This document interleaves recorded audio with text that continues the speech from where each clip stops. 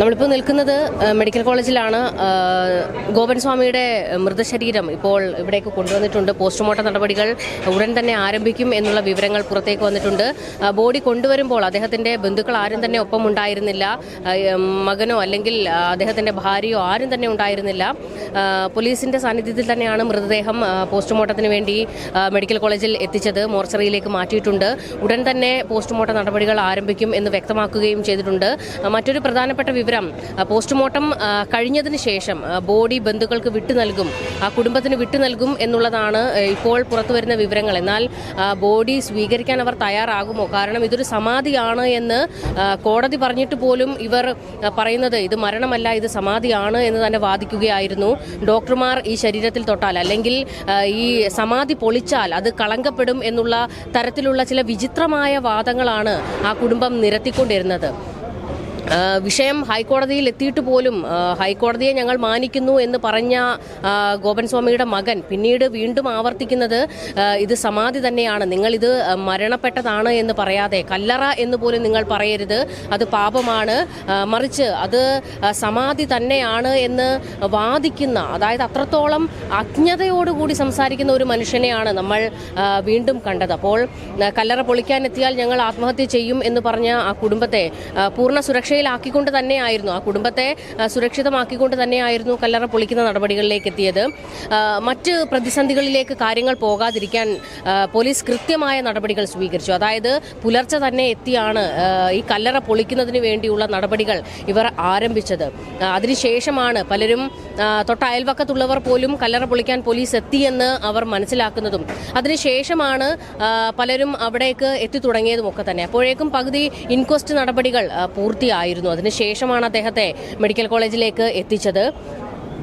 Medical കോളേജിൽ body പുറത്തിറക്കുമ്പോൾ പോലും, അതായത് പൊതിഞ്ഞിട്ടൊക്കെ തന്നെയാണ് മൃതദേഹം ഉണ്ടായിരുന്നത്, എങ്കിൽ കൂടിയും രൂക്ഷമായ ഗന്ധം, അതായത് ഒരു മനുഷ്യന്റെ ബോഡി അഴുകിയാൽ ഉണ്ടാകുന്ന ഒരു നമുക്ക് സഹിക്കാൻ പറ്റാത്ത ഒരു അതിൻ്റെ ആ ബോഡിയിൽ നിന്നുണ്ടാകുന്ന ദുർഗന്ധം, അതൊക്കെ തന്നെ ഈ ബോഡിയിൽ ഉണ്ടായിരുന്നു. പക്ഷെ അദ്ദേഹത്തിന്റെ മകൻ പറഞ്ഞത് എന്താണ്?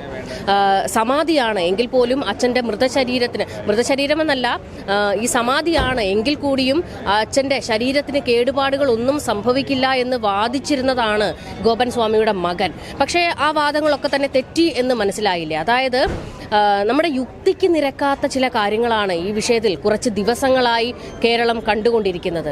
നമുക്ക് ഒരു തരത്തിലും നമുക്കറിയാം, എഴുതപ്പെട്ടിട്ടുണ്ട്, അതായത് സമാധിയായിട്ടുള്ള മനുഷ്യരല്ല സന്യാസി വര്യന്മാരൊക്കെ ഉണ്ട് എന്ന് നമ്മൾ പുരാണങ്ങളിലൊക്കെ കേട്ടിട്ടുണ്ട്. ശ്രീരാമകൃഷ്ണ പരമഹംസരും അതുപോലെ തന്നെ അത്തരത്തിലുള്ള ചില മുനിവര്യന്മാരും അല്ലെങ്കിൽ അത്രത്തോളം സന്യാസ ജീവിതം നയിച്ചിട്ടുള്ള കുറേ ആളുകൾ അവരൊക്കെ തന്നെ സമാധിയായിട്ടുണ്ട് എന്ന് പുരാണങ്ങളിലൊക്കെ തന്നെ എഴുതപ്പെട്ടിട്ടുള്ള കാര്യങ്ങളാണ്. അദ്ദേഹത്തിൻ്റെ അവരുടെ അനുയായികളൊക്കെ തന്നെ അത് പറയുകയും അതിൻ്റെ ചില തെളിവുകൾ നിരത്തുകയും ഒക്കെ ചെയ്തിട്ടുണ്ട്. പക്ഷേ നെയ്യാറ്റിൻകരയിലേത് ഒരു തരത്തിലും നമുക്കത് ഒരു സമാധിയാണ് എന്ന് വിശ്വസിക്കാൻ കഴിയില്ല. ഈ വിവാദങ്ങളൊക്കെ കത്തിപ്പടരുന്ന സമയത്ത് തന്നെ വലിയ രീതിയിലൊരു ട്രോൾ ഉണ്ടായിരുന്നു.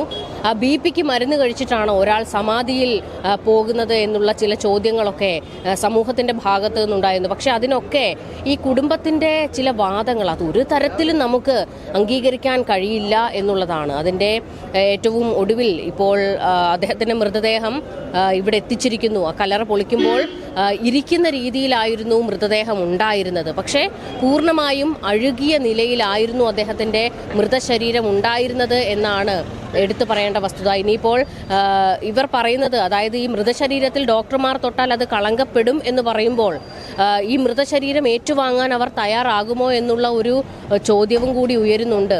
അല്ലെങ്കിൽ സാധാരണ ഒരു ഹിന്ദു ആചാരപ്രകാരം ആ മൃതശരീരത്തിൻ്റെ മറ്റു കർമ്മങ്ങൾ ചെയ്യാൻ ഇവർ തയ്യാറാകുമോ? അങ്ങനെയുള്ള നിരവധി ചോദ്യങ്ങൾ ഉയരുന്നു. അത്തരത്തിൽ പ്രതിസന്ധികൾ ഉണ്ടായാൽ വീണ്ടും പോലീസിനും ഭരണകൂടത്തിനും ഒരു വലിയ വെല്ലുവിളിയായി അത് മാറുമെന്നുള്ളതാണ്. ഒരു സാധാരണ മനുഷ്യൻ ഒരു സാധാരണ മനുഷ്യൻ മരണപ്പെട്ടാൽ നമ്മൾ എങ്ങനെയാണ് അദ്ദേഹത്തിൻ്റെ കർമ്മങ്ങൾ നടത്തുക? ഓരോ മതങ്ങൾക്കും അതിൻ്റെതായ ആചാര രീതികളുണ്ട്. അപ്പോൾ ഹിന്ദു ആചാരപ്രകാരമാണെങ്കിൽ ചിത ഒരുക്കി അഗ്നിക്കിരയാക്കുന്ന ഒരു രീതിയാണ് നമുക്കുള്ളത്. പക്ഷെ അത്തരത്തിൽ ആ ഒരു രീതി അവർ കുടുംബം അങ്ങനെ ചെയ്യാൻ തയ്യാറാകുമോ? കാരണം ഇത് സമാധിയാണ് എന്ന് ഇപ്പോഴും വാദിച്ചുകൊണ്ടിരിക്കുന്ന ഒരു കുടുംബം സാധാരണ ഒരു സാധാരണക്കാരൻ്റെ മരണം സംഭവിച്ചാൽ ആ മൃതദേഹം മറവ് ചെയ്യുന്നത് പോലെ അല്ലെങ്കിൽ ചിത ഒരുക്കി അത് അഗ്നിക്കിരയാക്കുന്നത് പോലെ അങ്ങനെ ചെയ്യാൻ ഈ കുടുംബം തയ്യാറാകുമോ എന്നുള്ള ഒരു ചോദ്യം ഉയരുന്നുണ്ട്. അതായത് പോസ്റ്റ്മോർട്ടം നടത്തി ബോഡി വിട്ടുകൊടുത്തതിന് ശേഷം മാത്രമേ അതിലേക്കുള്ള ചില കാര്യങ്ങൾ അതിൻ്റെ വ്യക്തമായ ചില കാര്യങ്ങൾ പുറത്തേക്ക് വരികയുള്ളൂ.